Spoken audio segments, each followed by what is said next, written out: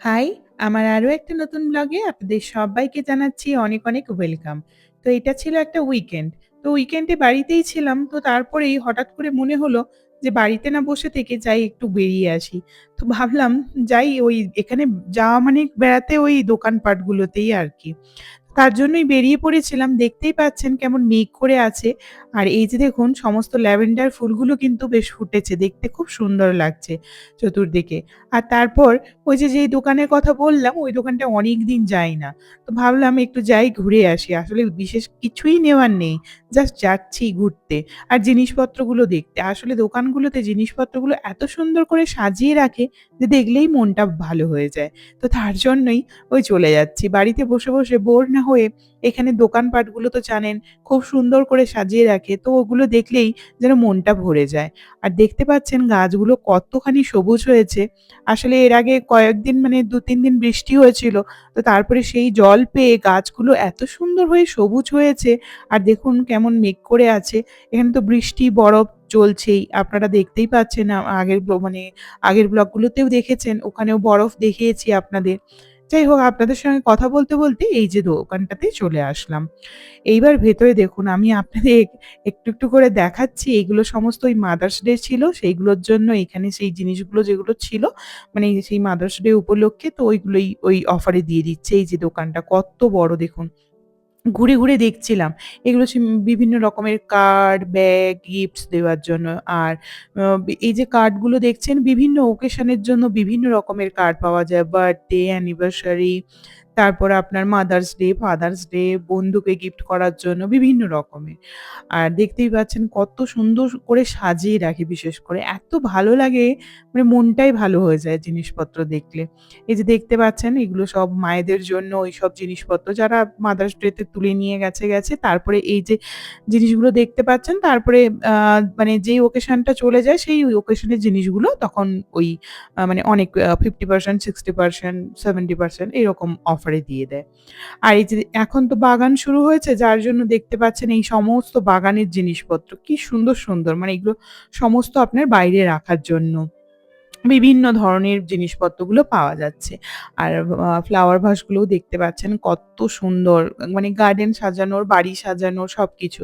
এখানে তো জানেন প্রত্যেকটা সিজন ওয়াইজ জিনিসগুলো মানে এত সুন্দর, সুন্দর আসে আর এত সুন্দর করে সাজিয়ে রাখে সত্যি দেখলেই মনে হয় কিনে নিয়ে যেতে ইচ্ছা করে। আর এই যে দেখতে পাচ্ছেন এগুলো সমস্ত বড়, বড় ওয়াল ফটো ফ্রেম মানে ওয়ালে মানে সোফার পেছনে বলুন বা যাই বলুন ওই একটা কত বড় মানে ঘড়ি দেখতে পেলাম দেওয়াল ঘড়ি। দেওয়াল ঘড়ি খুব একটা দেখি না। তবে ওই একটা দেখতে পেলাম। যাই হোক।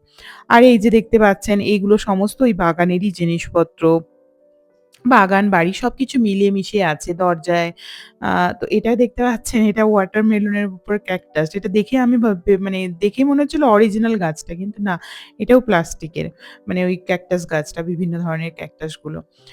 মানে ভীষণ সুন্দর করে সাজানো গোছানো জিনিসগুলো। আর এত সুন্দর লাগে দেখতে না মানে বিশ্বাস করুন মনে হয় প্রত্যেকটা কোনটা ছেড়ে কোনটা নেব খুঁজে মানে আমার তো মাথা নষ্ট হয়ে যায় পুরো দোকানগুলোতে গেলে। আর এইগুলো যে দেখতে পাচ্ছেন গোল, গোল এগুলো তো ওই দরজায় সাজিয়ে রাখার জন্য। প্রত্যেকটা সিজন ওয়াইজ জিনিসপত্র পাওয়া যায়। এখন তো ফ্লাওয়ার সিজন, তো যার জন্য এই ফ্লাওয়ারের সমস্ত জিনিসগুলো পাওয়া যাচ্ছে। আর এগুলো বিভিন্ন ধরনের আ ওয়ালের জন্য মানে ওয়ালে রাখার জন্য। আর বড়, বড় মিররও দেখতে পাচ্ছি। এই যে দেখুন কত্ত বড়, বড় মিররগুলো। তো এই আরকি। আর তারপরে ওই আরকি এসে এই কিছুই তো তোলার নেই। ঘুরে, ঘুরে দেখছিলাম। বেশ ভালো লাগছিল। তারপরে এই যে কতগুলো ক্যান্ডেল এখানে তো জানেন প্রচুর ক্যান্ডেল ইউজ হয়। মানুষ মানুষকে গিফটও করে। তাছাড়া বাড়িতে নিয়ে গিয়ে রাখে। আর কি সুন্দর, সুন্দর ছোট, ছোট ল্যাম্প সেট এগুলো ভীষণ সুন্দর। আর প্রচুর মানে প্রচুর জিনিস। আর এত সুন্দর করে দোকানে জিনিসপত্র সাজিয়ে গুছিয়ে রাখে যেন মনে হয় না দোকানে এসছি। আর দেখুন একেকটা কি সুন্দর চেয়ার টেবিল করে একেকটা শেড। এটা দেখুন সি গ্রিন পুরো শেড। এটা আছে আপনার ব্লু কুশন, তারপরে ব্লু আ ফ্লাওয়ার ভাস, তারপর বিভিন্ন রকমের যা লাগে জিনিসপত্র। এটা পুরো ব্লু এর থিম। আর এটা আপনার মানে গ্রে কালারের কুশন মানে আর বিভিন্ন রকমের সাজানোর জিনিস সমস্ত গ্রে। এটা আছে আপনার উডেন কালার মানে ওই অরেঞ্জ আর ব্রাউন টাইপস কালার। আর এখানে রয়েছে আপনার হোয়াইট, আর সমস্ত হোয়াইট, পিঙ্ক হালকা কম্বিনেশন। আর তারপরে এখানে রয়েছে সমস্ত ধরনের ছোট, ছোট ফ্লাওয়ার ভাস, ছোট, ছোট ফ্লাওয়ার। আর এখানে পুরো হোয়াইট, হোয়াইট কালারের ফ্লাওয়ার ভাস। এখন তো আপনার জানি এখানে বিভিন্ন রকমের এই যে সামার আসছে, সামারে বিভিন্ন রকমের ওয়াইল্ড ফ্লাওয়ার হয়। তো যার জন্য এই বিভিন্ন ধরনের প্লাস্টিক ফ্লাওয়ার। এটা কি সুন্দর লেগেছে আমার এই ঝুড়িটা, বাস্কেটটা। তার মধ্যে আপনার ওই এখনকার ল্যাভেন্ডার ফুল ফুটছে তো সেটার জন্য। আর এগুলোও সমস্ত দেখতে পাচ্ছেন। আর এখানে গাছগুলো এত মানে প্লাস্টিকের ফুল আর মানে ক্যাকটাস গাছগুলো আমার মনে হয় মাঝে, মাঝে মনে হয় অরিজিনাল। আবার অরিজিনাল থেকে কখনো মনে হয় প্লাস্টিক। ওই জাস্ট হাত দিয়ে বুঝতে পারি তখন। যাই হোক দেখতেই পাচ্ছেন কত রকমের কত সুন্দর, সুন্দর জিনিস। সত্যি মনে হয় সব মানে কিনে নিয়ে চলে যাই বাড়ি। কিন্তু বাড়িতে প্রত্যেকবারে আসলে মানে মনটা এরমই করে। আমার তো ওখান থেকে যেতে ইচ্ছা করে না। যাই হোক তারপর ঘুরে, ঘুরে যখন পা ব্যথা করে তখন বাধ্য হয়ে ওখান থেকে বেরোই। এই আরকি মানে সারাদিন বাড়িতে বসে থাকার থেকে এরকম দোকানপাটে চলে গেলে না মনটা সত্যিই ভালো হয়ে যায়। আর কিছু মানে লাগে না বিশেষ। তো তারপর যাই হোক ওখান থেকে বেরোলাম। ওখানে বিশেষ সত্যি কিছু নেওয়ার ছিল না। তবে আমি একটা জুতো পেয়েছিলাম। তো ওই জুতোটা আমার খুব পছন্দ হয়েছিল। ওটা নিয়েছিলাম। একটা ওই নরমাল এমনি নরমালি জুতো। তো ওটা আমার খুব পছন্দ হয়েছিল। এখানে তো সবাই জানেন এখানে তো সবসময়ই লোকে স্নিকার্স, বুট এগুলোই পরে। শু এগুলোই পরে। তো কিন্তু ওই জুতোগুলো এই সামারে পরা-টরার জন্য খুবই ভালো। মানে ওইজন্যই নিয়েছি একটা। তো যাই হোক ওটা কোথাও গেলে-টেলে পরবো তখন। তারপর যাই হোক ওখান থেকে একটু কস্টকো এসেছিলাম। কস্টকোতে কয়েকটা জিনিস তোলার ছিল। তো তারপর কস্টকো এলাম। আর কস্টকো এসে দেখতে পেলাম কত জিনিসপত্র। মানে জিনিসপত্র বলতে গাছ। ১ম এই ঢুকে যেটা দেখতে পেলাম এত গাছ, পুরো গাছে একদম ভরিয়ে ফেলেছে। প্রত্যেক বছরই আনে। আপনাদের গত বছরেও আমি দেখিয়েছিলাম। তো এবছরেও দেখতে পাচ্ছি। বড়, বড় ওই যে দেখতে পাচ্ছেন সমস্ত গাছপালা আর মানুষজন একটা কেন ৪-৫ টা করে এরকম তুলে নিয়ে যাচ্ছে। এই দেখুন কত্ত বড় ফ্লাওয়ার ভাসটা দেখতে পাচ্ছেন আর ছোট, ছোট ডালিয়া। এগুলো সেই আমাদের ওখানে যেমন হয় অত বড়, বড় ডালিয়া নয়। ছোট, ছোট ডালিয়া, বিভিন্ন ধরনের লতানো গাছ, বিভিন্ন ধরনের ফুল, টমেটো, কাঁচা লঙ্কা সব রকমের চারা পাওয়া যায়। আর এই কস্টকোতে যে গাছগুলো পাওয়া যায়, গাছগুলোর কোয়ালিটি কিন্তু খুব ভালো হয়। কেন বলছি? আমি এখান থেকে যে অর্কিডটা নিয়ে গেছিলাম, সেই অর্কিডটা প্রায় বলতে গেলে আমার সারা বছরই ফুল দেয়। তো যার জন্য মানে গাছের কোয়ালিটি সত্যি খুব ভালো হয়। আর গাছগুলো দেখলেও বোঝা যায় হেলদি ভীষণ। তো যাই হোক এখানে বিভিন্ন রকমের গাছ আর দামটাও একটু বেশ অন্যান্য জায়গার থেকে একটু বেশিই নেয়। তো সেই ওয়াইজ গাছটাও খুব ভালো দেয়। তো যাই হোক দেখতে পাচ্ছেন এই গাছগুলোর এই টবগুলোর আপনার $২৭ করে। তো বিভিন্ন গাছের বিভিন্ন রকমের দাম। আর আ ডালিয়াগুলো দেখতে পেলাম ভীষণ ভালো লাগলো। কিন্তু কি বলুন তো এই গাছগুলো ওই যেগুলো টবে হবে না এগুলো মাটিতে লাগাতে পারলে তো এগুলো গাছগুলো তাহলে অনেকটা করে বাড়তে পারে। তো যাদের ওই ব্যাকয়ার্ড আছে ধরুন যাদের নিজস্ব বাড়ি আছে তাদের জন্য ভীষণ ভালো। তারাই বিশেষ করে বেশি, বেশি করে নিয়ে যায় ট্রলিতে তুলে। এই যে বিভিন্ন ধরনের গাছ, বিভিন্ন ধরনের ফুল দেখতেই পাচ্ছেন এইগুলো। আ কত্ত রকমের এই ফুলগুলো। তবে এই ফুলগুলো তো ওই মানে সিজন ওয়াইজ হয়। এগুলো তো সবসময় থাকে না। তো যাই হোক এইরকমই বড়, বড় ওই এগুলোতে গামলাতে করে লাগানো। দেখতেই পাচ্ছেন কত্ত রকমের গাছ। আর এই ডালিয়াগুলো দেখে আমার খুব মানে লোভ হচ্ছিল, মনে হচ্ছিল নেবো। তারপরে ভাবলাম যে না এগুলো বাগান আছে যাদের বাগানে গিয়ে লাগালে ভীষণ ভালো লাগবে দেখতে। ওই টবে আর কতটা কি হবে। তো যাই হোক তারপরে এইদিকে দেখতে পাচ্ছেন এগুলো সমস্ত সবজিপাতি গাছ। সবজি, হার্বস তারপরে এই বিভিন্ন রকমের মানে ওই আপনার বিভিন্ন ধরনের লঙ্কা, টমেটো, বেগুন আ সব রকমের গাছ। তারপরে এদিকে দেখতেই পাচ্ছেন এই ফুলগুলো দেখুন কি সুন্দর! মানে ওই আরকি ভীষণ ভালো লাগে দেখতে। আর দেখতেই পাচ্ছেন কত্ত রকমের গাছ। অর্কিডও ছিল। বেশ অর্কিড তবে খুব একটা বেশি এখন আসেনি। অর্কিড তো এখানে সারা বছরই মোটামুটি দেখতে পাই। আ পাওয়া যায়। তবে এটা তো ফ্লাওয়ারের সিজন তো আরো হয়তো বেশি, বেশি করে আনবে। তো যাই হোক এত সুন্দর, সুন্দর ফুল গাছগুলো দেখে না সত্যি মনটা খুব ভালো হয়ে গেছে। বিশ্বাস করুন মানে খুব ভালো লাগছে। তো যাই হোক এখন অনেক টাইম ধরে এই তো আমি মানে বাইরে এটা বাইরেই ওরা করে। এটা কষ্টর ভেতরটা নয়। তো এই বাইরেই আমি অনেকক্ষণ ধরে দেখার পর তারপরে শেষ পর্যন্ত এই যে ঢুকেছি। এই যে যেহেতু সামার আসছে সমস্ত সামারের জিনিসপাত পত্র এসে গেছে। তারপর যাই হোক আমার এই যে কয়েকটা যেগুলো নেওয়ার ছিল আমি সেগুলো তুলে নিয়েছি। নিয়ে তারপরে বিলিং করিয়ে নিলাম। নিয়ে এইবার তারপরে না আর খুব খিদে পাচ্ছিল। ভীষণ খিদে পেয়ে গেছিল। সেই কখন খেয়ে বেরিয়েছিলাম। তারপরে অতখানি হেঁটেছি তো। যার জন্য ওই কস্টকো থেকে ওই চিজ পিজ্জা ওইটা নিলাম।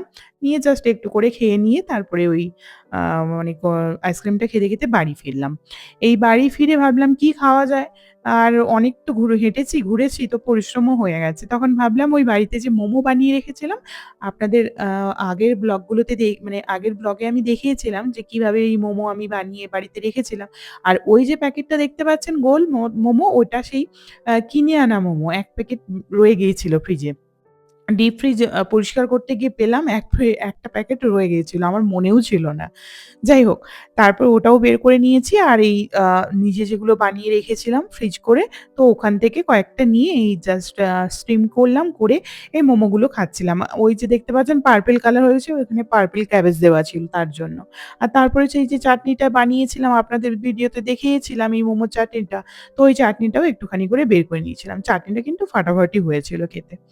তো যাই হোক তারপরে এইটা খাওয়া-দাওয়া করলাম।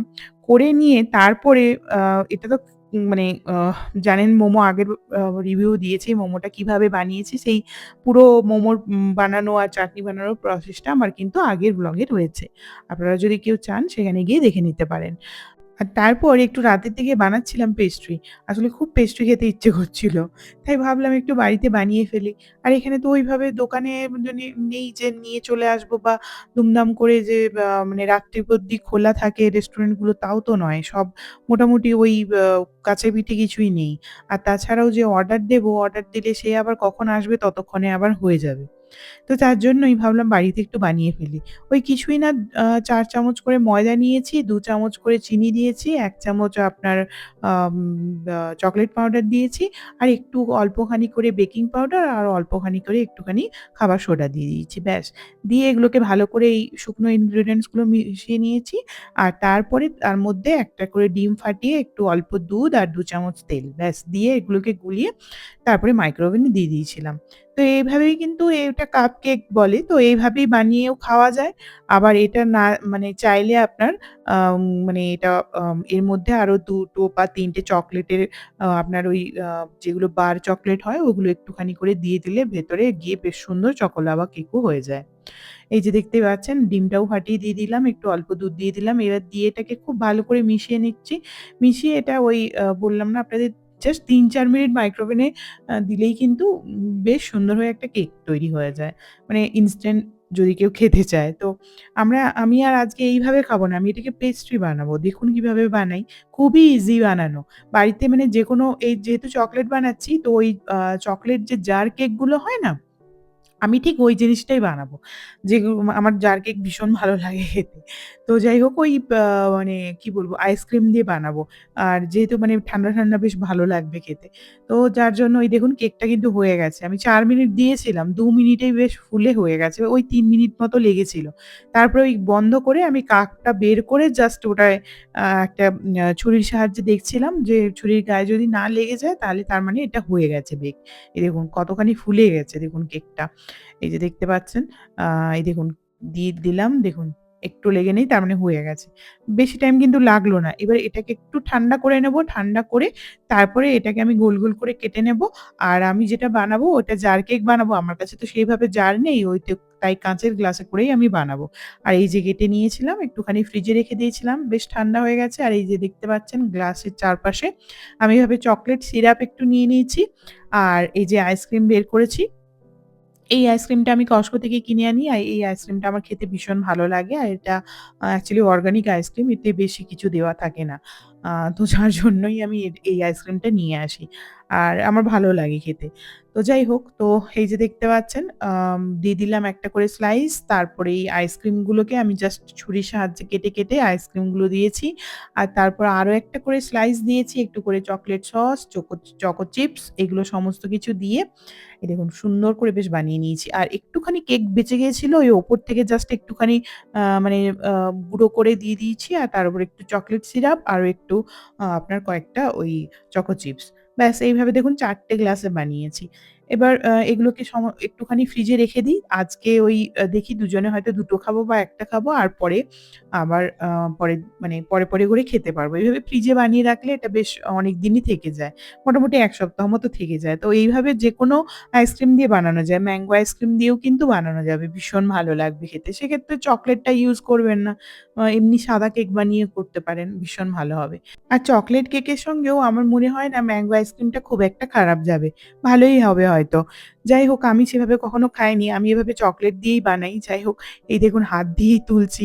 যার জন্য এই যে দেখুন আইসক্রিমটা এখনো বসেনি। আসলে এই আইসক্রিমটা একটু জলই হয়। মানে আইসক্রিমটা খুব একটা নয়। এটা আরো একটু টাইম ফ্রিজে মানে রাখতে হতো। তো যাই হোক আর খেতে কিন্তু খুব ভালো হয়েছিল। আপনারা চাইলে অবশ্যই একবার ট্রাই করে দেখতে পারেন। তাহলে আজকের ব্লগটা এই পর্যন্ত। কেমন লাগলো অবশ্যই জানাবেন। আসি। সবাইকে টাটা।